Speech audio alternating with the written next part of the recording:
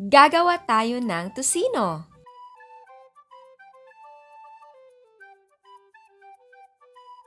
Ito ang ating mga sangkap. Meron tayong pork tenderloin, dapat ito ay malamig. Prague powder or curing salt, accord powder, brown sugar, salt, garlic powder, black pepper, paprika, chili powder, cornstarch, MSG, pineapple juice, light corn syrup, anisado, and red food color. In a bowl, i-combine natin ang pork, prague powder, salt, and accord powder. Haluin na mabuti until maging sticky ang mixture.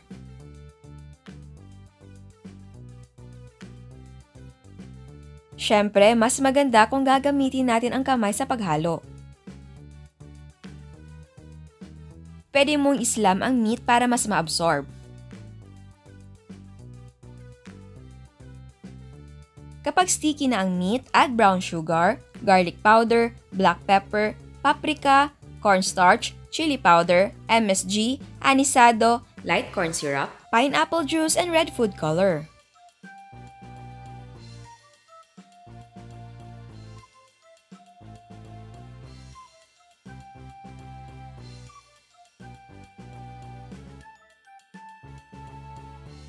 Haluin na mabuti until ma-absorb ng meat ang marinade. Again, kapag warm na or hindi na malamig ang meat, tapos hindi pa totally na-absorb ng meat ang marinade, pwede mo ilagay sa freezer para maging malamig ang meat. Dapat malamig lang ha, hindi frozen. Tapos massage ulit until wala ng liquid.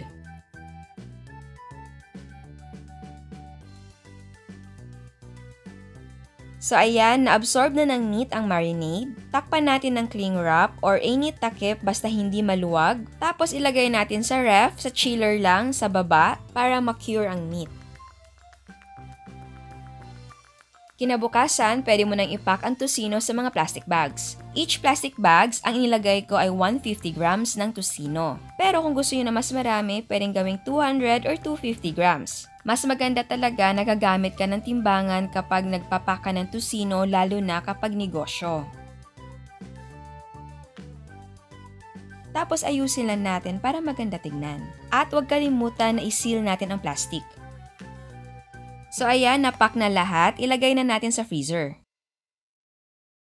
Sa pagluluto naman ng tocino, lutuin natin sa equal parts ng tubig at oil. So kung 1/3 cup ang water, 1/3 cup din ang oil. Ilagay natin ang tocino. Lulutuin ko ang 1 pack ng ating tocino. Tapos pakukuluan natin ang tocino.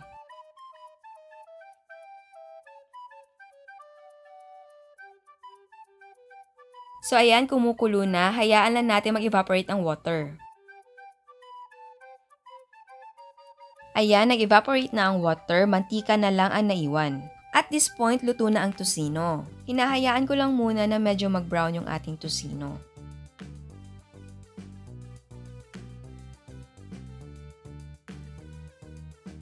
At bago tayo mag-taste test sa hindi pa nakasubscribe, please subscribe sa ating YouTube channel. And please click the notification bell and please click all para ma-notify kayo sa lahat ng uploads. So, ayan, titikman na natin. So, nagprito lang ako ng itlog. And then, yung nag-fried rice ako, yes. Yung fried rice ko, maliban sa pula yung kanin namin, naglagay ako ng bagoong na alamang. So, bagoong fried rice siya. And then, meron akong toyo na may kalamansi, na mahilig ako maglagay ng oil, yung pinagprituhan ng kahit ano, na pork or ganun. Ito, oil siya ng tocino. So, ganun ako. Weird, pero ganun ako. So, tignan natin. Ang sarap ng tocino. Ang sarap talaga. Ewan ko.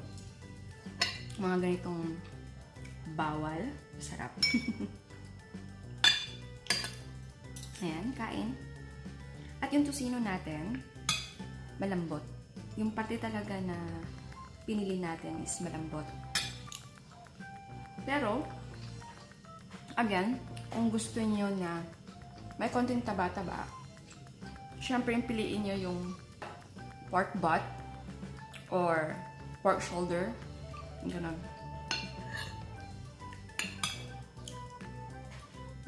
Sarap. Ano pa? Sa tamis, sa akin talaga, tama na yung tamis, yung alat. Pero kung gusto niyo na mas matamis, pwede yung gawing 1 cup yung sugar. Pero, para sa akin, tama talaga. Tama lang. Sarap. Ano pa? Yung shelf life ng ating Tocino, 2 to 3 months sa freezer. Siguraduhin niyo talaga na sa freezer ilalagay yung Tocino kasi masisira siya.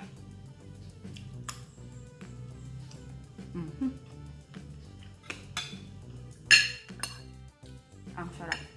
Hindi ko nakakain yung aking itlog. Natutuwa ako dito sa Tocino natin.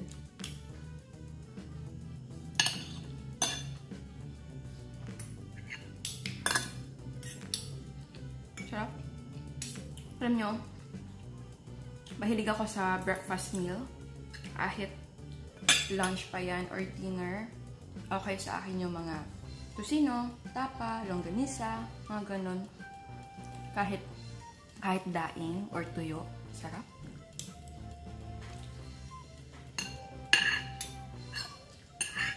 Mahilig ako sa sinangag.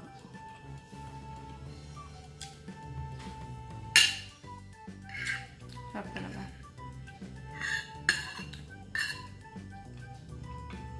Mga tapsi-tapsi.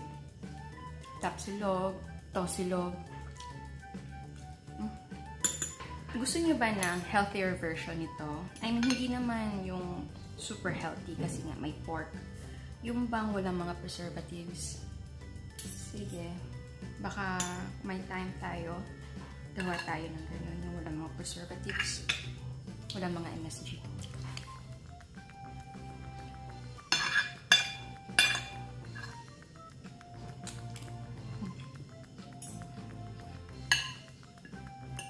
Sarap.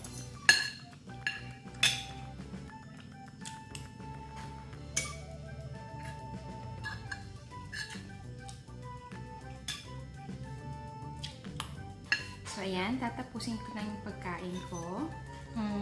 Sana nagustuhan nyo. Ciao!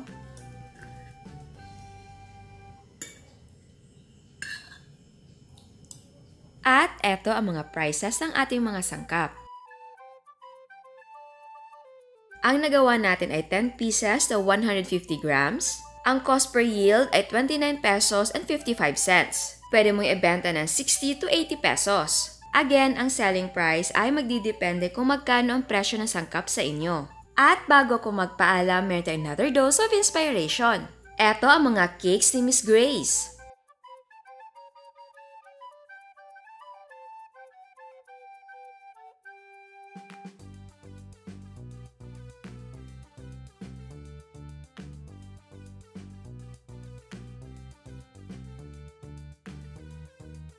Eto naman ang mga gram float ni Miss May.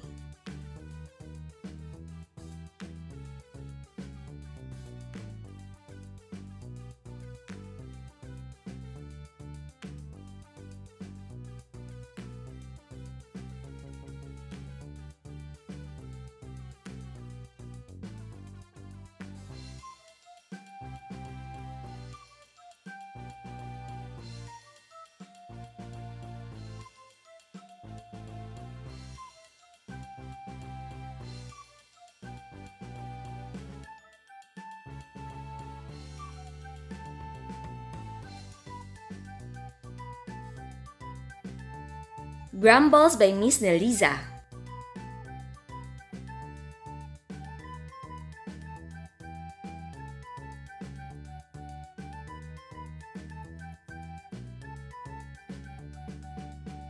Meron siyang brownies.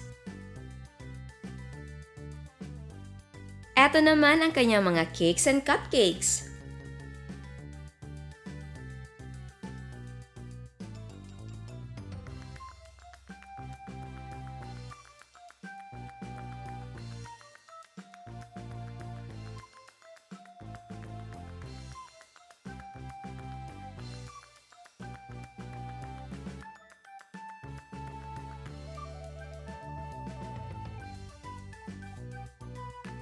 Puto flan by Miss Mary. At eto naman ang kanyang mga cakes.